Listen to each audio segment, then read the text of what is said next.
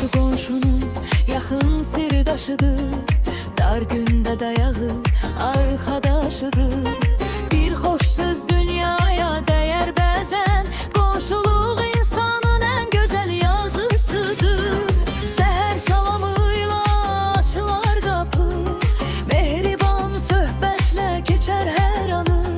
Sevince seviner, derde şerik olar, komşular koruyar elin hürmetini. Bir çörek bölüşer, bir stekan çay, yürekler birleşer, olmaz hiç haray. Yaxşı komşu varsa yanında eğer, evinde nur olar, ömründe saray. Bir çörek bölüşer, bir stekan çay, yürekler birleşer, olmaz hiç haray. Yaxşı komşu varsa yanında eğer, evinde nur olar, ömründe saray.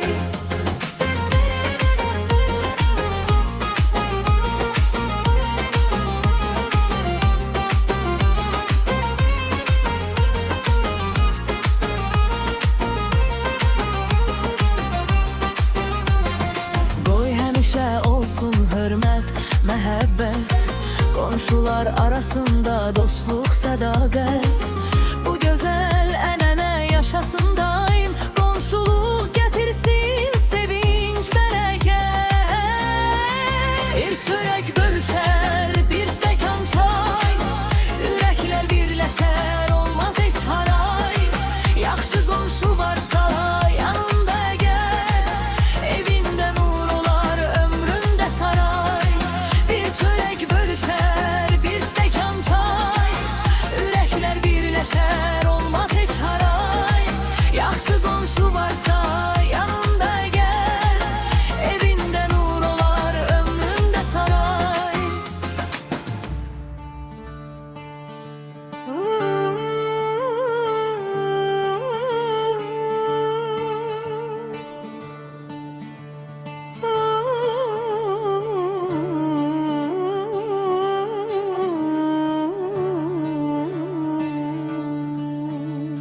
Komşu komşunun yakın sirdaşıdır, dar günde dayağı arkadaşıdır. Bir hoş söz dünyaya değer bezen, komşuluk insanın en güzel yazısıdır. Seher salamıyla açılar kapı, mehriban söhbetle geçer her anı. Sevince seviner, derde şerik olar, komşular koruyar elin hürmetini.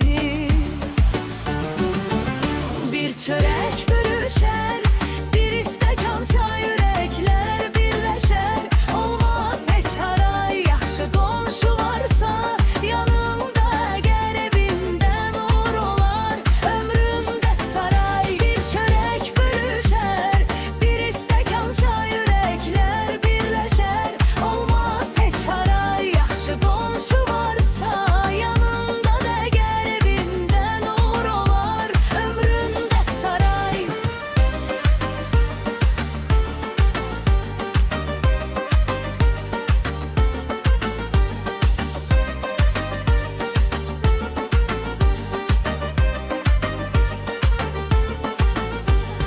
Qoy həmişə olsun hörmət, məhəbbət, komşular arasında dostluq, sədaqət.